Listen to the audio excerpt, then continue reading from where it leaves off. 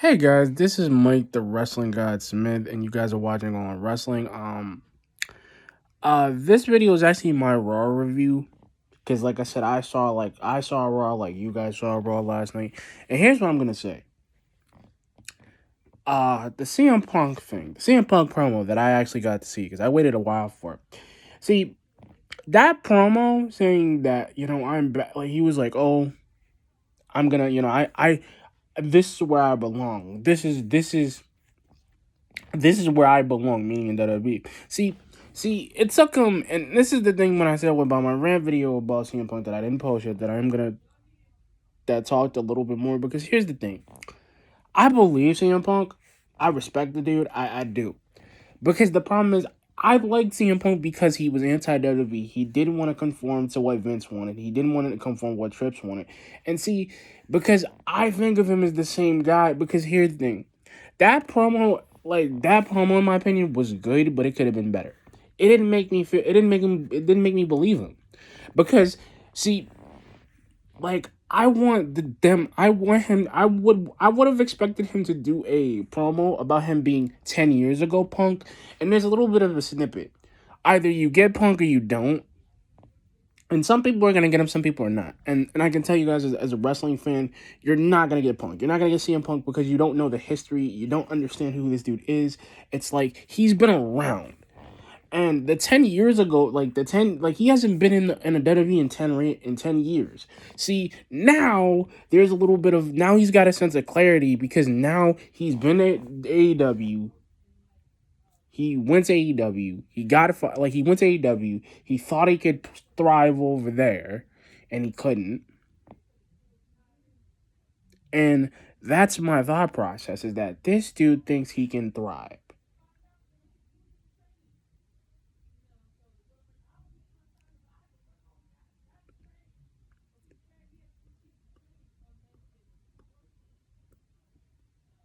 Like I said, because, and this is the thing too, is that I believe what he said when he literally said he was like, yo, everybody's welcoming me back with open arms. Almost everybody, meaning Seth. But here's the thing, is that I believe what he's saying in a metaphysical sense, that he's trying to be Punk. And this is the thing, this is a wait and see. Because what he did, like basically what he did, right?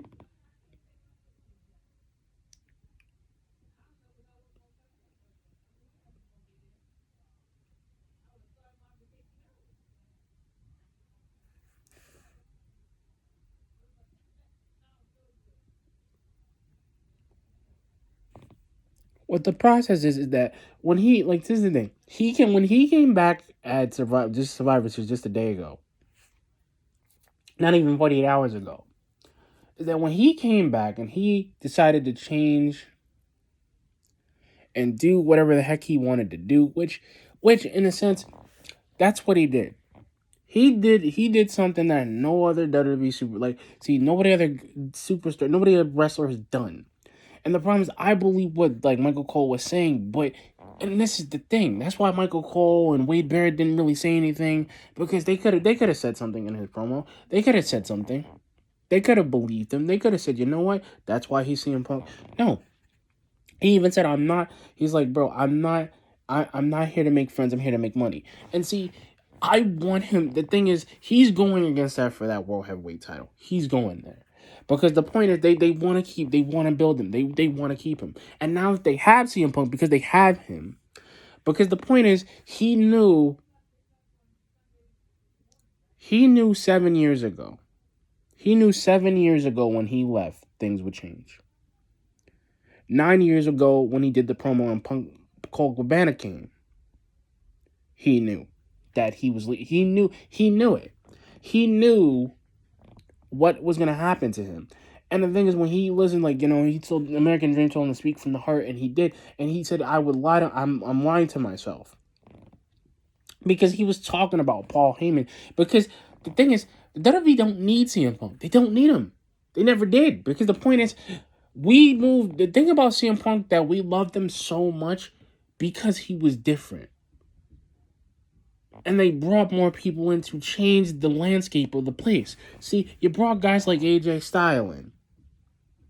You bought guys like you got guys like AJ Styles, all these NXT guys like Johnny Gargano, Tommaso Ciampa, all these dudes who came in, and this is the point.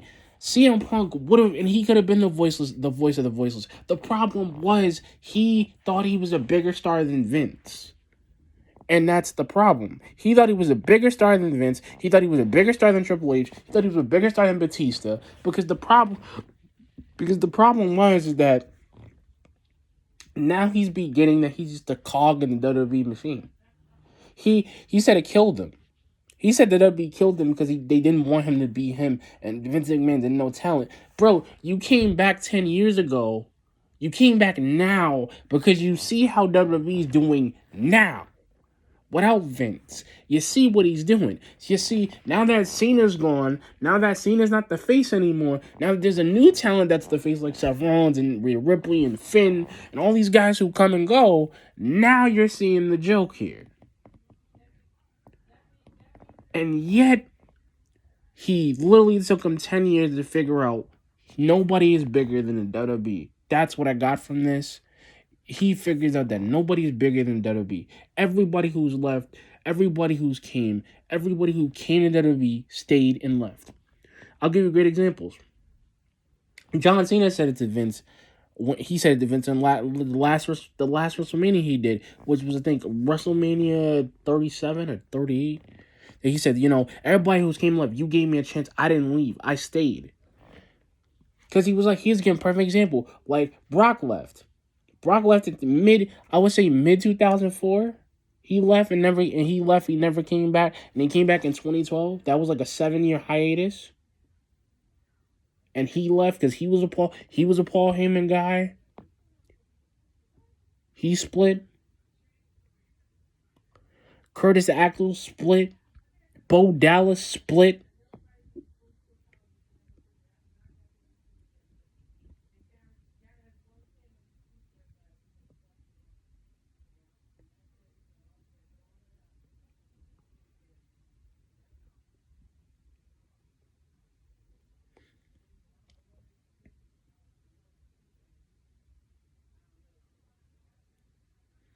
Because that's my point.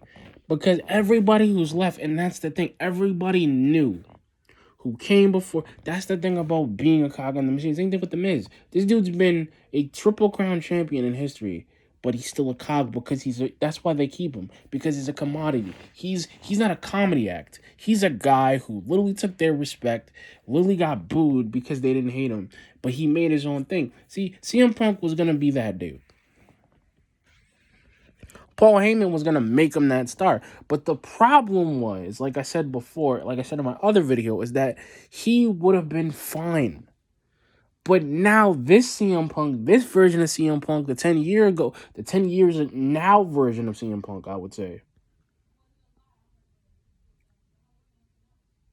or the 2023 version of CM Punk. See, that's the thing. He wasn't. That's why he couldn't survive in AEW or Ring of Honor, because when he came to Ring of Honor was just a promote. Ring of Honor was just an indie company. That was it.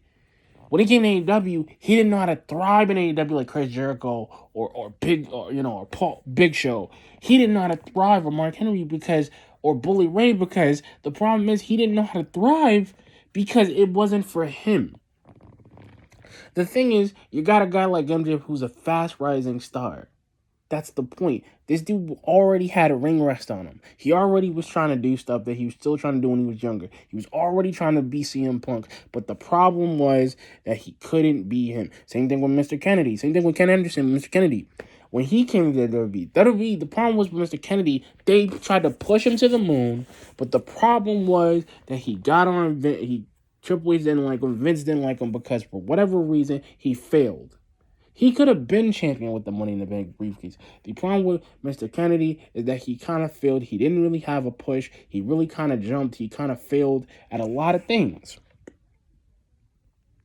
See, and nobody really wants to just make an idea of like, yo, ex-TNA guys or ex-TNA guys, ex-WWE guys who are TNA guys. See, and that's the thing about Nick Aldis is like, he's there as a manager, but he can change. He's changing the foundation, But that's all I wanted to say about the Punk promo, is that he literally, like I said, I think it's gonna be a different term now, because now that him and Trips are kind of at a better board, because they've had 10 years to kind of let bygones be bygones and let the beef kill. Because he might, like I said, he's only being nice to save face right now. I don't know if he's really doing that. I think if he does get controversial, he'll just get fired again and he'll just leave. Because the thing is, he'll just leave. He's not. Because the funny thing is, the WWE doesn't need CM Punk, and that's the problem. Is that they're never. CM Punk is never. He thinks he's a bigger star. He wants to work with professionals, but this dude wanted to be a bigger star when he was there, when Daniel Bryan was there. And Daniel Bryan, I said this before, is that this dude could have been the guy if CM Punk wasn't trying to be the guy. That was the problem. He was trying to. The thing is, if Vince would have said, "Yo, CM, like Phil, do whatever you want to do. Do whatever you want to do. How you want to do your championship reign." If they would have came up with a plan where he would have beat, because the thing is, he would have beat The Rock regardless. He would have beat him. The Rock was only there because he wanted to be an adversary. But the thing is, he beat John Cena. The problem is he beat him. But the thing about John Cena is that dude was already slowing down. Dude was already in his like 5th year. The problem was they didn't know what to do with John Cena, because John Cena was always going to be a face. He never was going to be a heel. He never wanted to be. And that was the problem.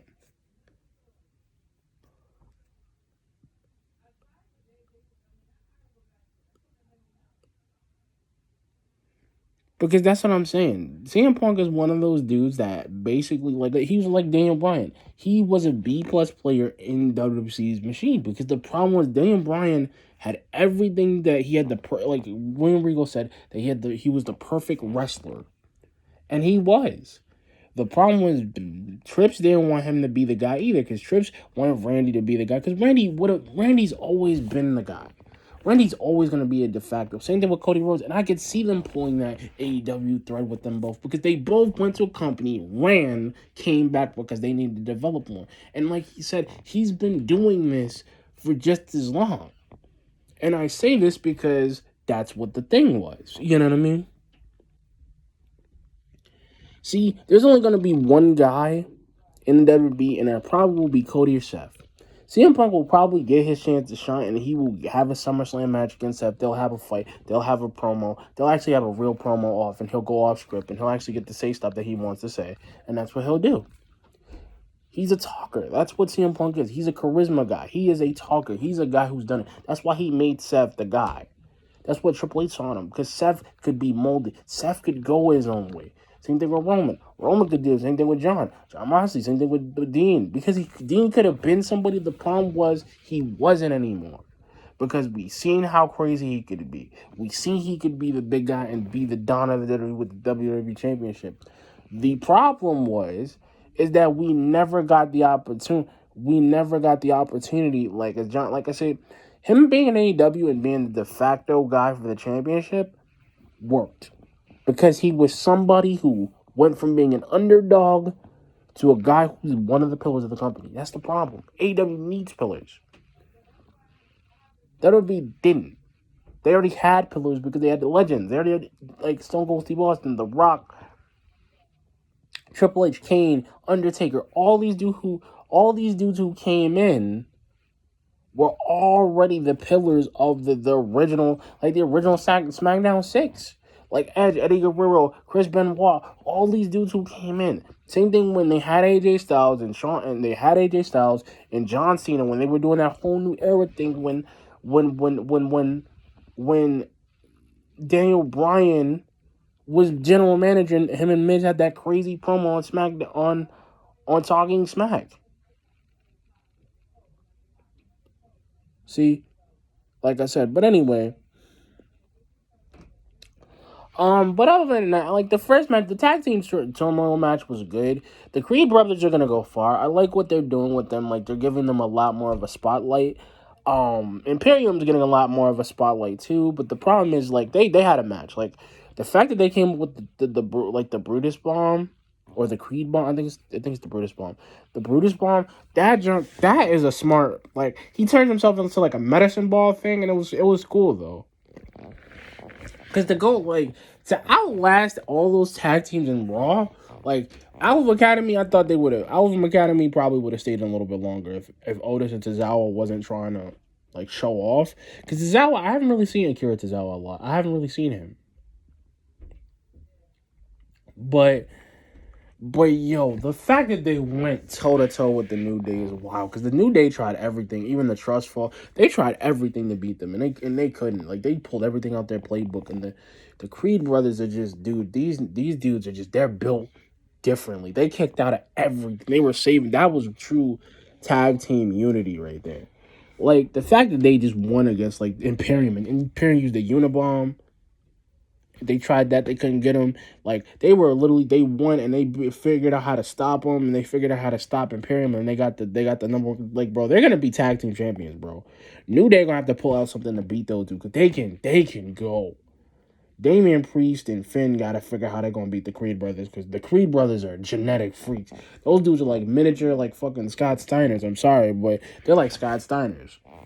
Those dudes can go.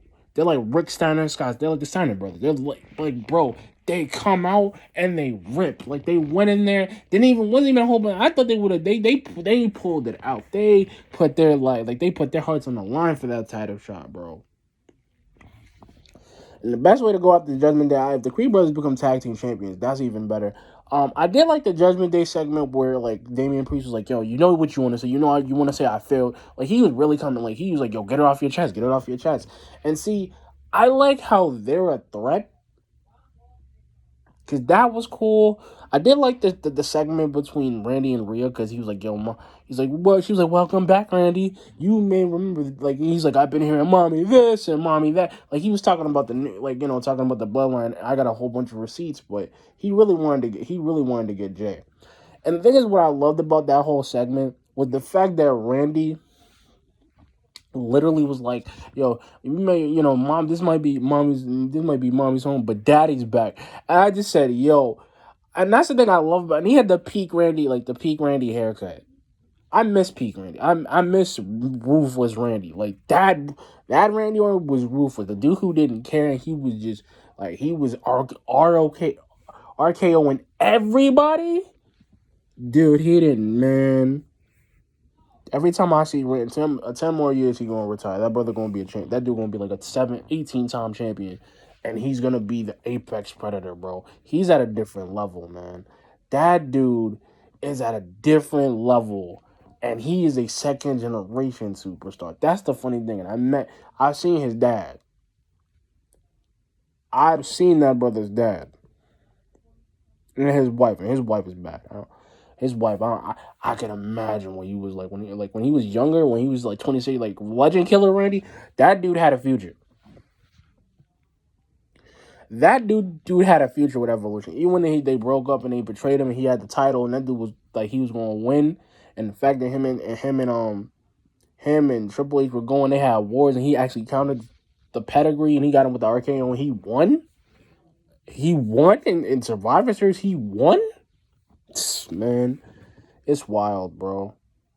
It's wild. He's had every fight, bro. He's had every fight, and they just didn't. This dude was the future, but I like that. I mean, I like that. I did like the women's tag team match with Chelsea Green and Piper. Chelsea Green. I'm just sorry. It's just like the fact that we had Chelsea Green.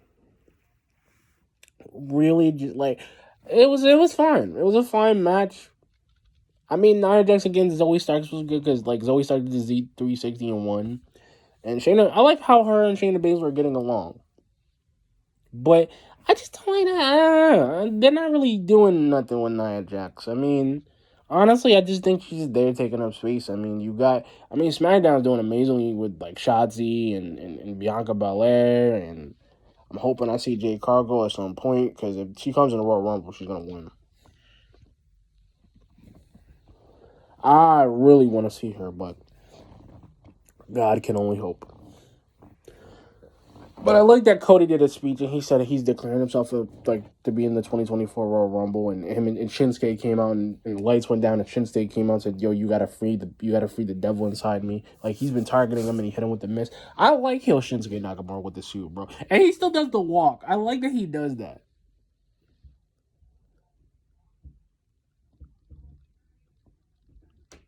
I like that he does that. I do.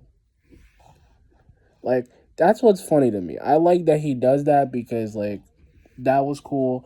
The I'm trying to think in my head right now. I'm sorry guys. I'm trying to think. That was fun. The only thing I disliked, the only thing I did not like, I didn't mind the Bronson Reed Ivar match, but I didn't like it that it ended out in the double counter. I thought it was fun because they were fighting outside, but it just feels like Bronson Reed's not doing nothing though. It really did. Because I mean, I like that he tried to do the splat. Like he's doing amazingly well, and they're doing a lot of work with him. And I like that. Literally tonight, like I like that now. It's like NXT's actually becoming a factor, and Dominic Mysterio's kind of making his way in NXT, which I think if he didn't join the Judgment Day, he probably would have never got the North American title. Because I don't know, Ray's indifferent about him, and I think he's not mad at him, but I think him kind of going at the route that he did, like when they had that story. I don't really think they're gonna be like doing anything at that point. I didn't like Truth how he was eating up all those jelly rolls and messing up the New Day's clubhouse and I mean the Judgment Days like the Judgment Days like club thing and they messed it up. It was hilarious. It was hilarious. I felt like Damian Priest is gonna get his shot. I just think he's just waiting for the right time. And I think the person that he should go after, I think, because he's the one with the money in the bank, and that's the thing. He probably gonna wait. He's not gonna do it at Wrestle. He's not gonna do it at Royal Rumble. He might do it at WrestleMania and just totally flip it. Because the thing is, because say if he beats Seth with the briefcase and he just hits him and he literally does the Razor's Edge with him on the briefcase and he went and cashes it in and he beats him, then he would have won the world. He would have won the world heavyweight. They call it the consolation. I don't think of it as the consolation title because Seth has actually been making it important. That's the difference. Like I don't know. But anyway, guys. But it was a pretty solid show. Main event could have been better.